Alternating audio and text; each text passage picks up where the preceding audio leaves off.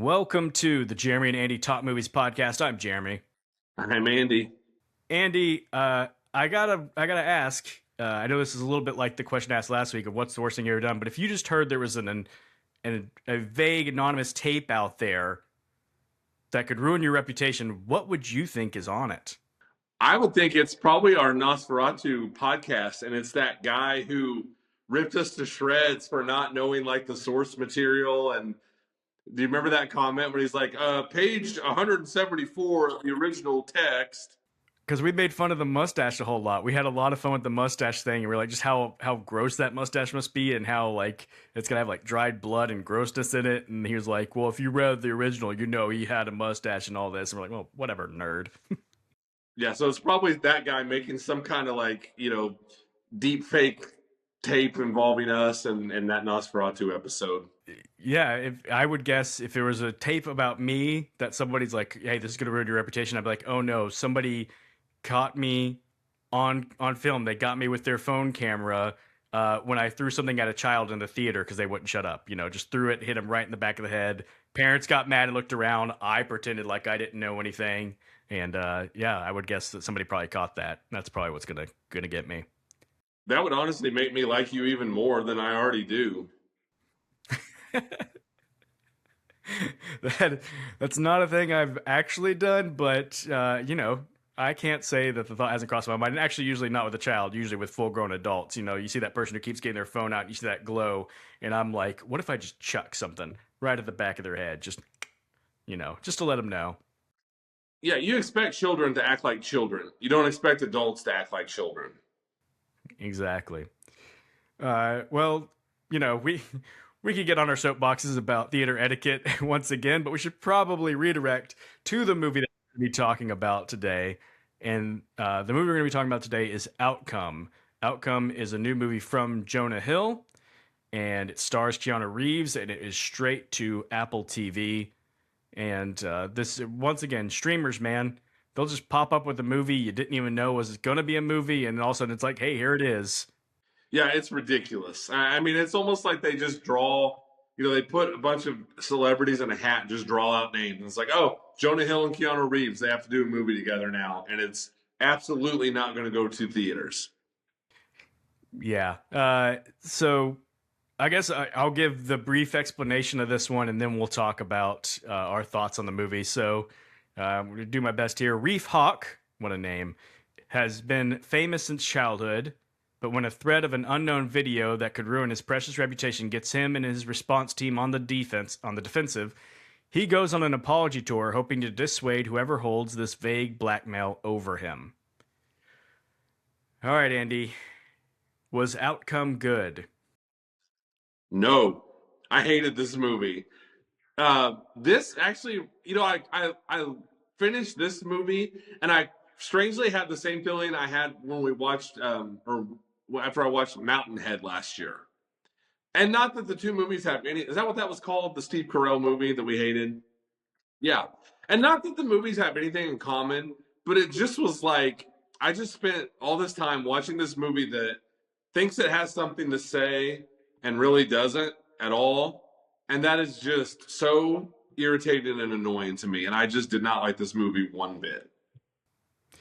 This movie is terrible. It is barely it's barely a movie, to be honest.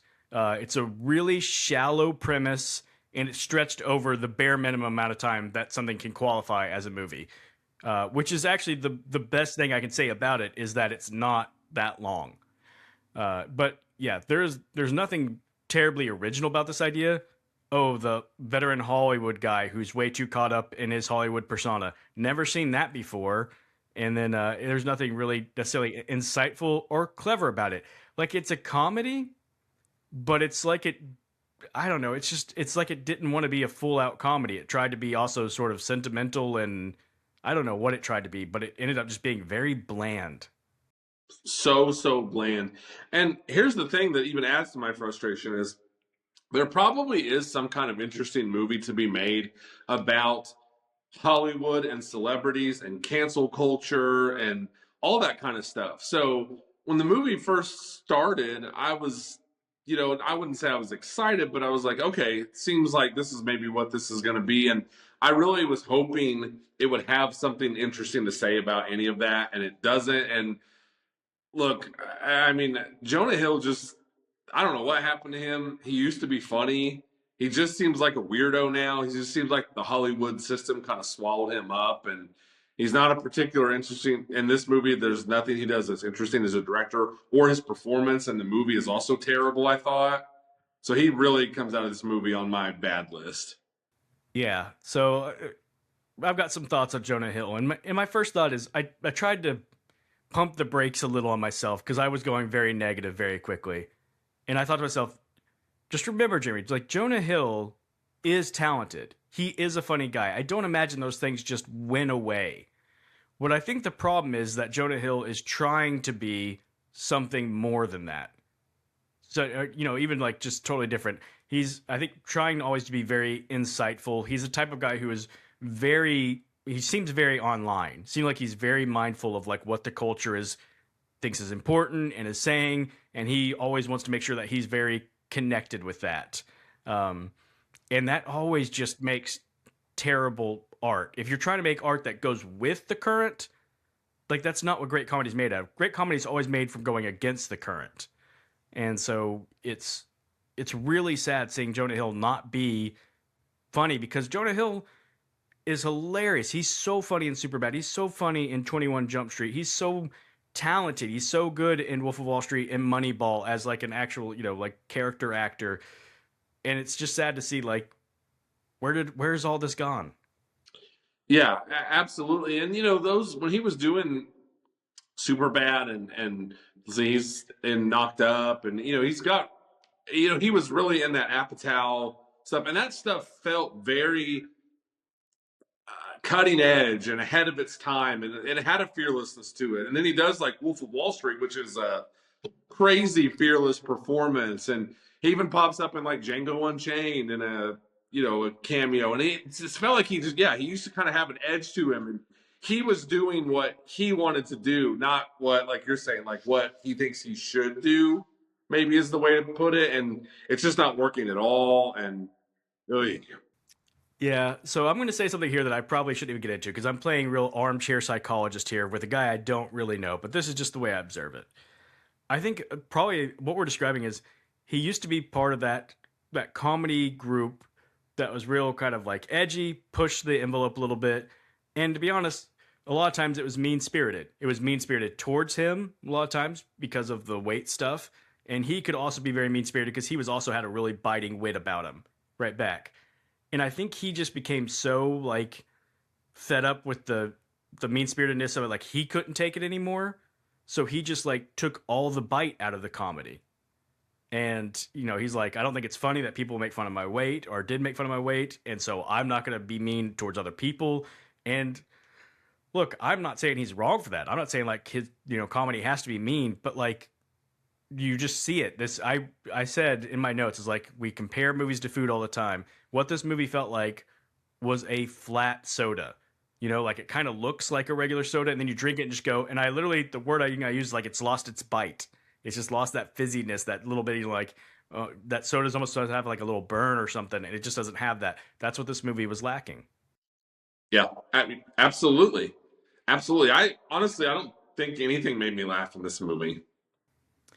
I'm not gonna go that. There was a couple of laughs, and actually, one thing I wrote was Jonah Hill's character in this movie was simultaneously the best and worst part of this movie, but mostly the latter. Is mostly the worst part of this movie because, man, okay, well, let's say this. Poor Keanu had nothing to do in this movie. He is the star of this movie, but he is just an empty vessel in this movie. I know that's sort of Keanu's like persona, but his empty vesselness is used for like he's an empty vessel, but he also happens to be this total BA hitman, or he's an empty vessel, but it's because he's this like computer algorithm, the Matrix, or something. In this one, it's like no, there's just nothing to this character.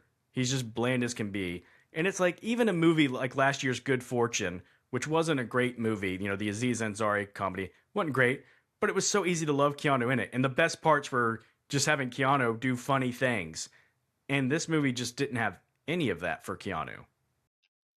Nothing. You're right. He had absolutely nothing to do. And I was going to bring up good fortune because we were both like, oh, this was fine and stuff, but like, it looks like $1 million compared to this movie, and it's proof that Keanu can work in the right situation. And he can be funny, or he can be if he needs to kind of just be this aloof doofus while all this funny stuff is going on, he can do that. This didn't tap into any of his strengths whatsoever. Not at all.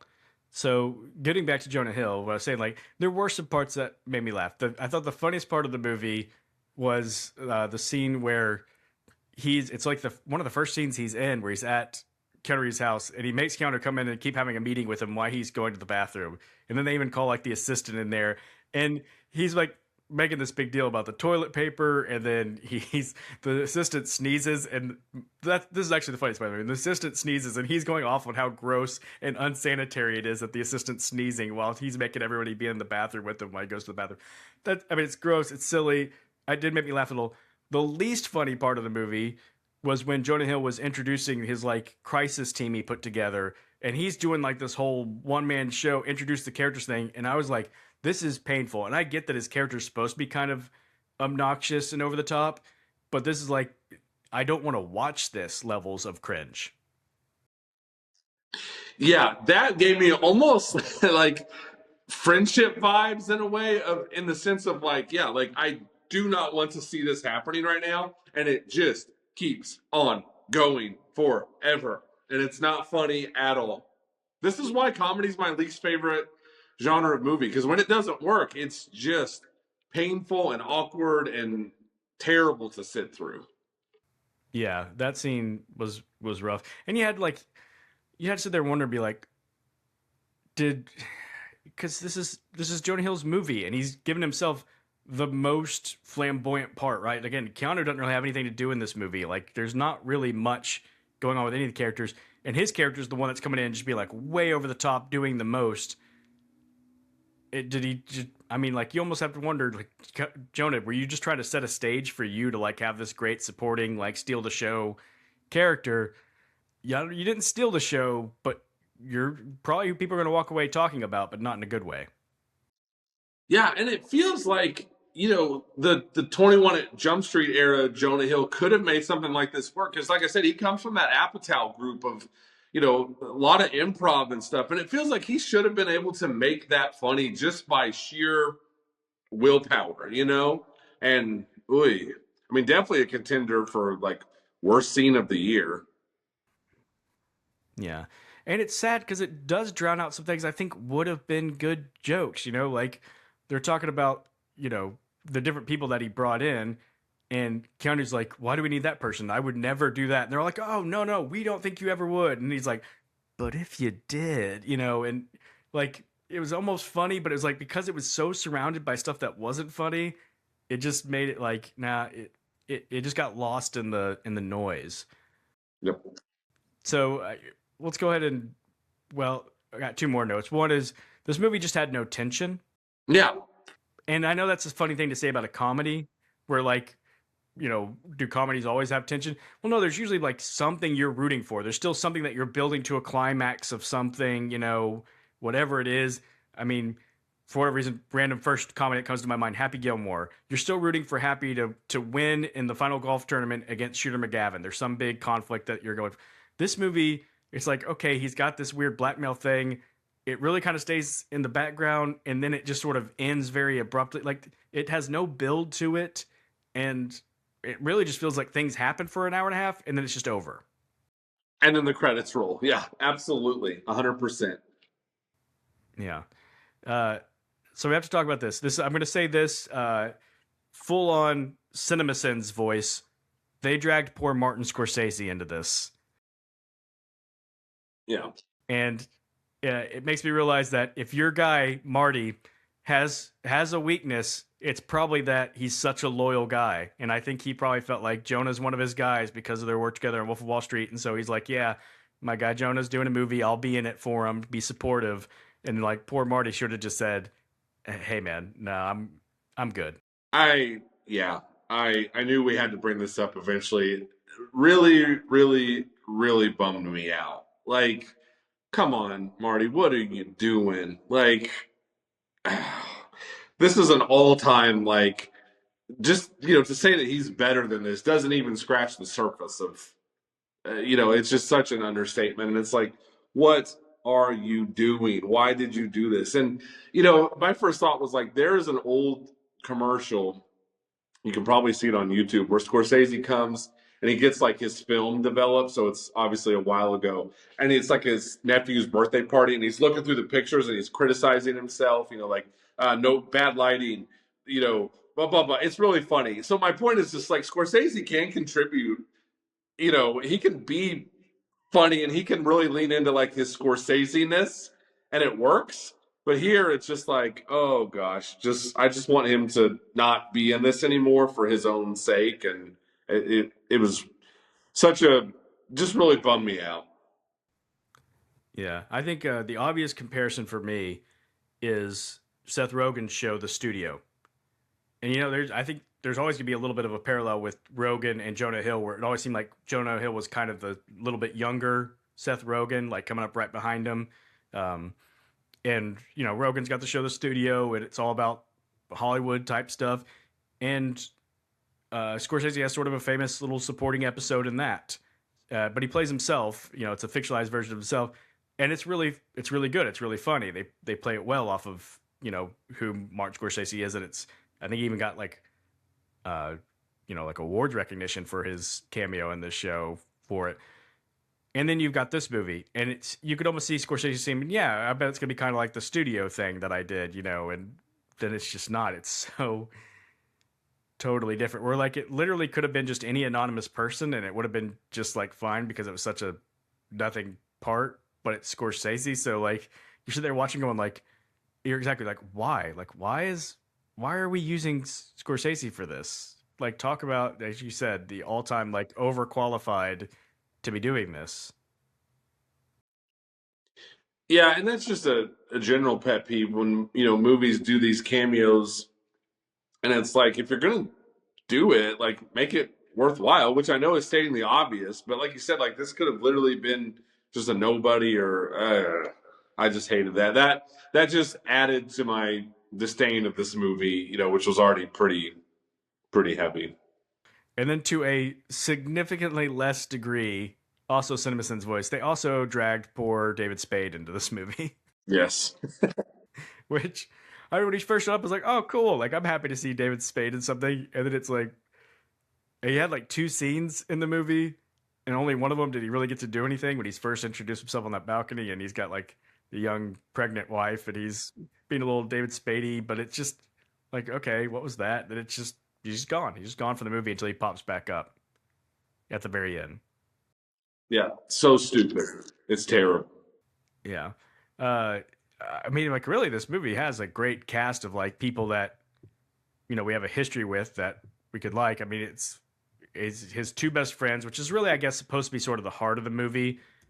It doesn't really like come through very well, but it's supposed to be that as Keanu Reeves' character is having this crisis of like what people online might think of him with this video, he's got two actual like best friends played by Cameron Diaz and Matt Bomer or Bomber. I'm not sure how you pronounce his name.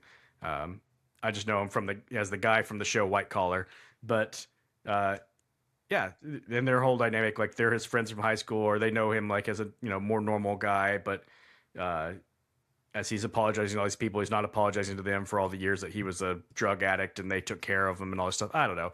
It doesn't really matter. My point is just that like you're watching Cameron Diaz and be like, hey, it's nice to see Cameron Diaz in a movie again. Wish it wasn't this one. Exactly. And it was another case where it was like, okay, maybe like you just said, maybe there is something interesting about these two people who know him as an actual person and not just a celebrity. Nope, we're not going to do anything with that either. Like everything in this movie is just a big pile of nothing. Yeah, and I felt really bad for Keanu because I'm a big defender and Keanu is good. Like he's actually a talented actor. And this movie is like, if I wanted to make the counter argument, this movie I'd go to, because when he was supposed to have the dramatic scenes and he was supposed to like be kind of uh, getting frustrated and like telling off his friends, just came off really bad. It came off like the bad impressions of Keanu that people do. It did. It was like a Saturday Night Live, someone on Saturday Night Live doing Keanu. Yeah, it was not good. I and I'm like you, like I think you're probably a little bit more of a defender of Keanu than I am, but I mean, who doesn't like Keanu, you know? And this one's hard to defend. It really, really is. Yeah. Uh, Man, there's nothing else really to say except for that I do want to share the Rotten Tomatoes scores because I say all the time it's surprising to me how open-minded critics have become. Horror movies get better scores than they ever used to. Comedies get better scores than they ever used to. Just seems like everything gets generally better accepted than it should. And yet, Outcome has a 27% from the critics on Rotten Tomatoes and audiences a 32%. So it's nice to know that there is still some self-aware criticism of film out there.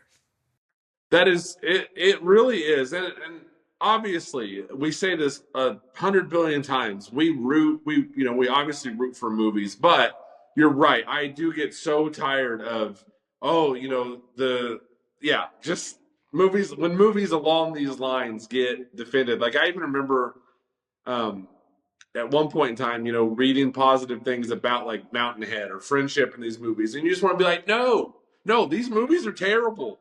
And so, as much as I want movies to win, I do want bad movies to be called out. And this is a bad movie, and it did get called out. So, The last thing I wanted to say, Andy, is it's just so weird to me that a movie like this comes out so closely behind a movie like Jay Kelly. yes, Because these movies, like their movies they're so different, and yet they're also kind of the same movie, right? They're a movie about a guy who's been a movie star for a long time, kind of dealing with who he is as a person and his perception of him from people, and how he gets his sense of self from people's perception of him and whether or not that really matters or not, or the people who are in his life, all of these things. And yet, like, you just watch Jay Kelly and you go, like, that's a movie made by like a real filmmaker, an adult with a perspective and just interesting insight.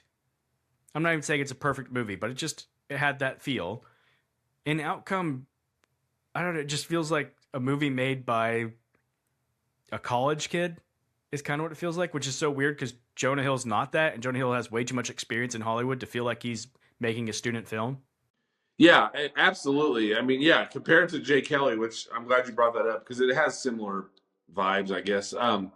This just feels completely amateur compared to Jay Kelly, which is just infinitely better than this movie. Did you ever see Jonah Hill's like directorial debut movie mid '90s? Yes. Yes, I did. And which is actually an enjoyable movie. Like the one about like the skateboard scene and stuff.